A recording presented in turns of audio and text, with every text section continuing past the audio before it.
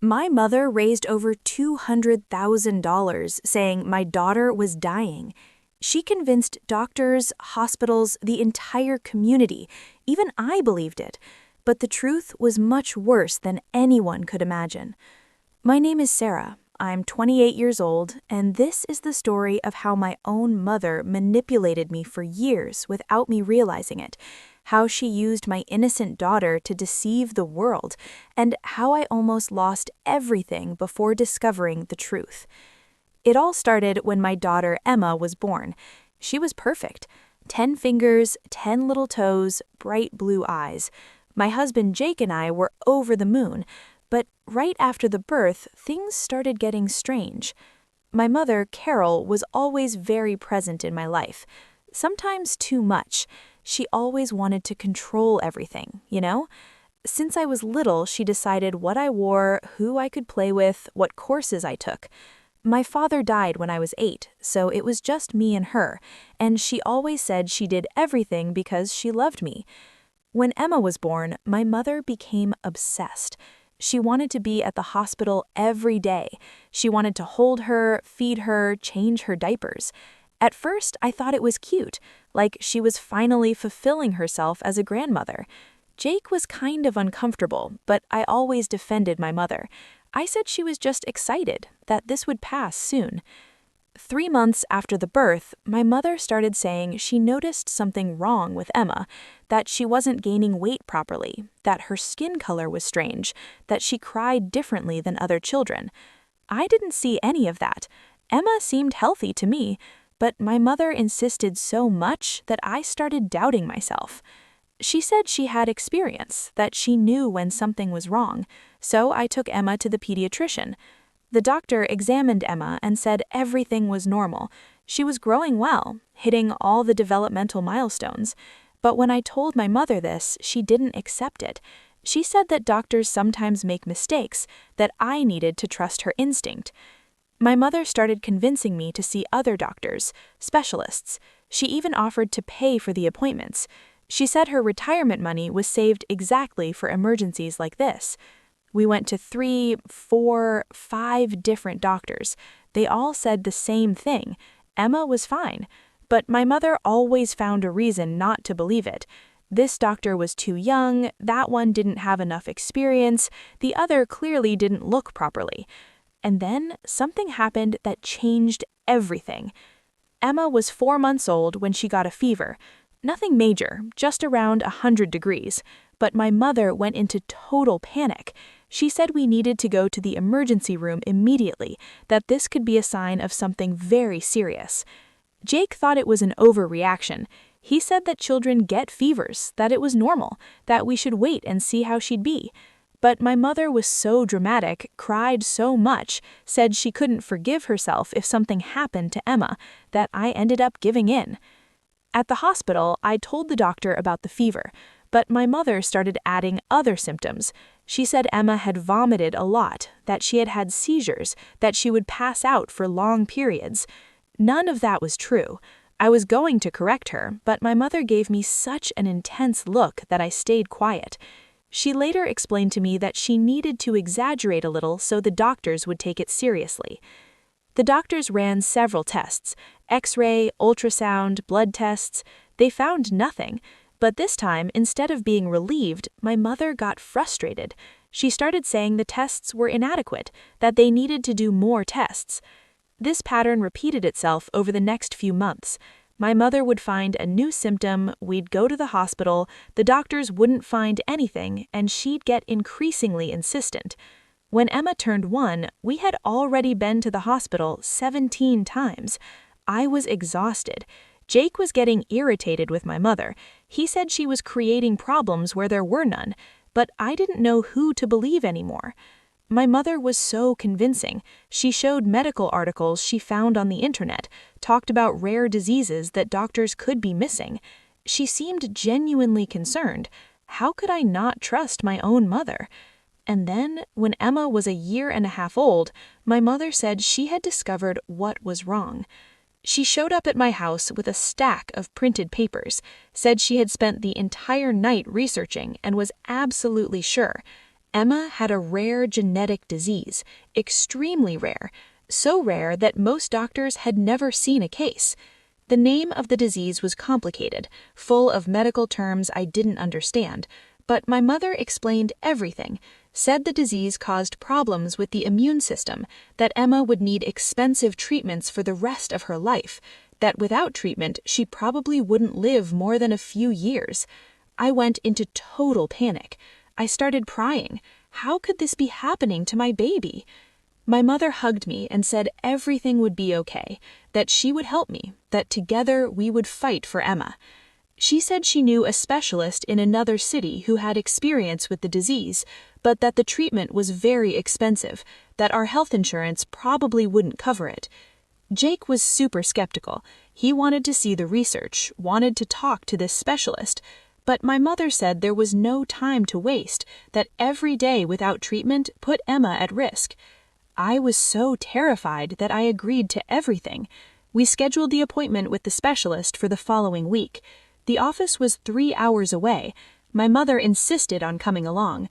Actually, she insisted on going into the appointment alone with Emma while I waited in the waiting room, said it would be easier, that she knew how to ask the right questions. I thought it was strange, but I was so nervous that I didn't question it much. After 2 hours, my mother came out of the office crying, said the doctor had confirmed everything, that Emma really had the disease, that she needed to start treatment immediately. The treatment would cost $5,000 a month, and Emma would need it for the rest of her life. Jake and I didn't have that kind of money. We were paying for the house, the cars, student loan debts. We could barely pay our regular bills. My mother said she would help, but that her retirement money wouldn't be enough. She suggested we create an online fundraising campaign. At first, I resisted. I didn't want to ask strangers for money, but my mother said it was for Emma, that pride didn't matter when my daughter's life was at risk. So we created the page. My mother wrote everything. She posted photos of Emma, described the disease in detail, talked about how Emma was suffering, how she urgently needed help. The response was incredible.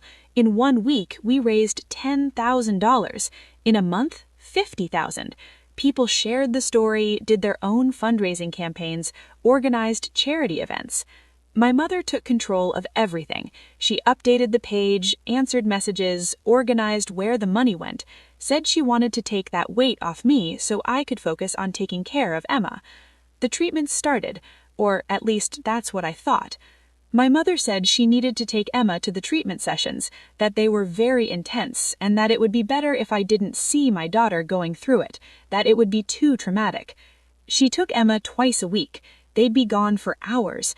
When they came back, Emma was always tired. My mother said it was an effect of the treatment. Jake started asking questions. He wanted to meet the doctor. He wanted to see the medical reports. He wanted to understand exactly what the treatment was. But my mother always had excuses. The doctor was very busy. The reports were in technical language we wouldn't understand. The important thing was that Emma was improving.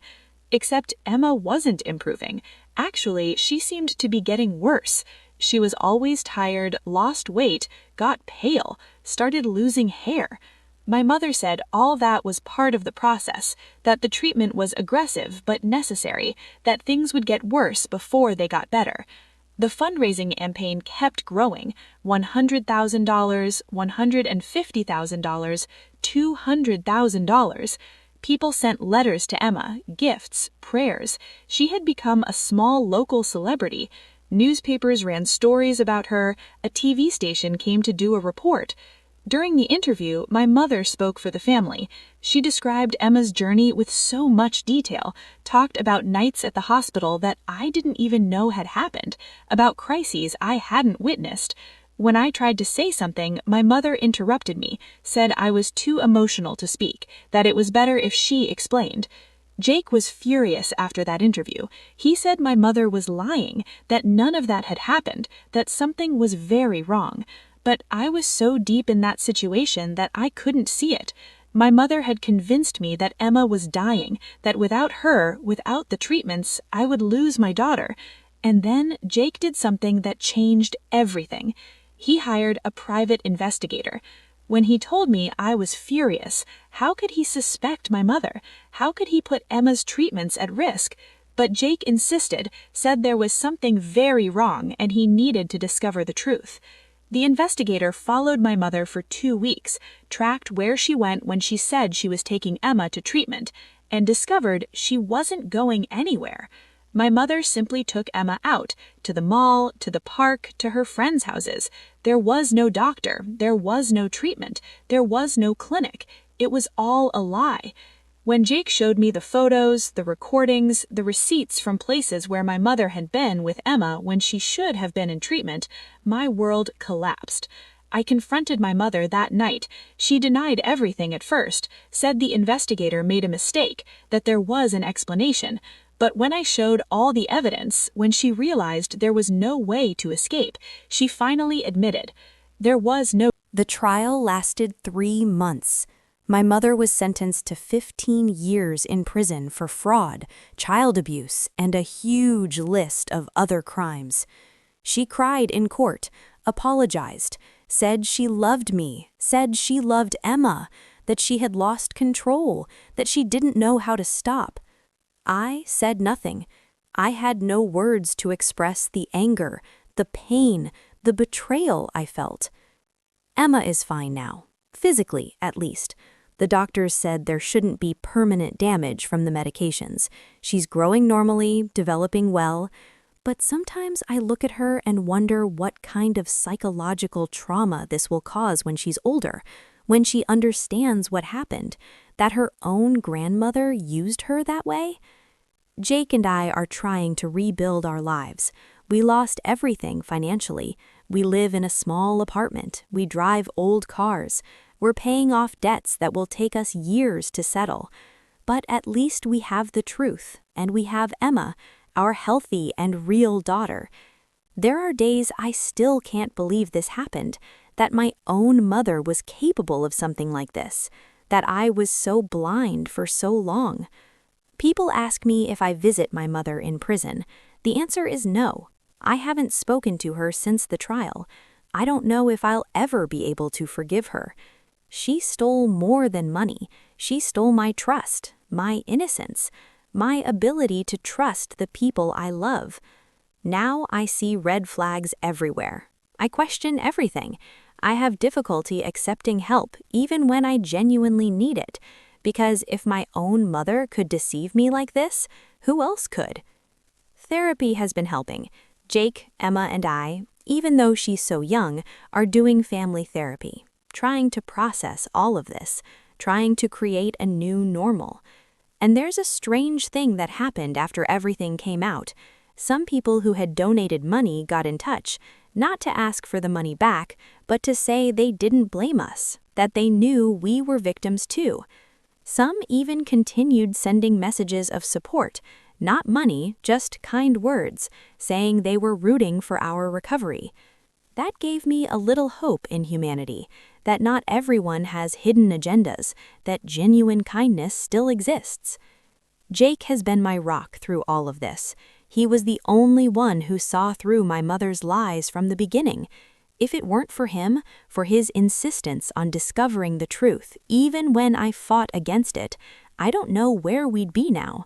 Probably my mother would still be drugging Emma, would still be raising money, would still be living her lie while destroying our family. I learned hard lessons from all of this, that family doesn't mean automatic trust, that love can be manipulated, that the people who say they care can be using you in the worst ways. But I also learned that it's possible to survive the unthinkable, that even when your world completely collapses, you can start to rebuild, brick by brick, day by day. Emma just turned 4. We're having a small party, just the 3 of us. No big celebrations, no attention, just a family trying to have a normal and happy moment. And when I look at her blowing out the candles, healthy and happy, with no idea of the nightmare she lived through, I feel a mix of emotions. Anger at what was stolen from her, at what was stolen from all of us, but also gratitude, because she's here, she's okay, and we have the chance to give her the childhood she deserves, without lies, without manipulation, just true love. If there's one thing I want people to understand from this story, it's this: trust but verify, even with family, especially with family. If something seems wrong, it probably is wrong. Don't ignore your instincts just because someone you love is saying otherwise. And if you're raising money for a medical cause, be transparent, show documents, let people ask questions. Because when a person like my mother deceives everyone, it makes people skeptical of all legitimate campaigns. There are truly sick children out there, families genuinely needing help, and now it's harder for them to get support because people like my mother abused the kindness of others. That makes me sad, but it also makes me want to do better. When our financial situation improves, I want to help real families who are going through medical crises. I want to use my horrible experience to do something good. For now, I'm focused on being the best mother I can be, on protecting Emma, on rebuilding my life with Jake, on learning to trust again, but in a wiser way. My mother will get out of prison when Emma is 19. I don't know what will happen then, if she'll try to get in touch, if she'll want to apologize again, if she'll have changed. Honestly, I don't think about it much, because focusing on what she did, on what she took from us, only consumes me, and I won't let her continue stealing my life, even from inside a prison cell. So I live one day at a time. I celebrate the small victories, Emma's smile, Jake's hug, the fact that despite everything, we're still a family. A smaller family now, but more honest, stronger, more real. And maybe that's it. Maybe the worst betrayal of my life taught me the value of truth, of transparency, of love that doesn't need lies to exist. I can't say it was worth it. I could never say that about something that hurt my daughter, that destroyed our lives, that broke my family. But I can say we survived, and that we'll keep surviving, and that someday, maybe, all of this will just be a difficult story we overcame, and not the thing that defines who we are. If you're in a situation where someone close to you is controlling your life or your child's life too much, pay attention, ask questions, demand proof, because I didn't, and I almost lost everything because of it. Don't let the word family be used as a weapon against you. If this story made you feel angry, heartbroken, or speechless, you're not alone. Subscribe so you don't miss the next story, leave a like to support the channel, and share this video so the truth reaches more people.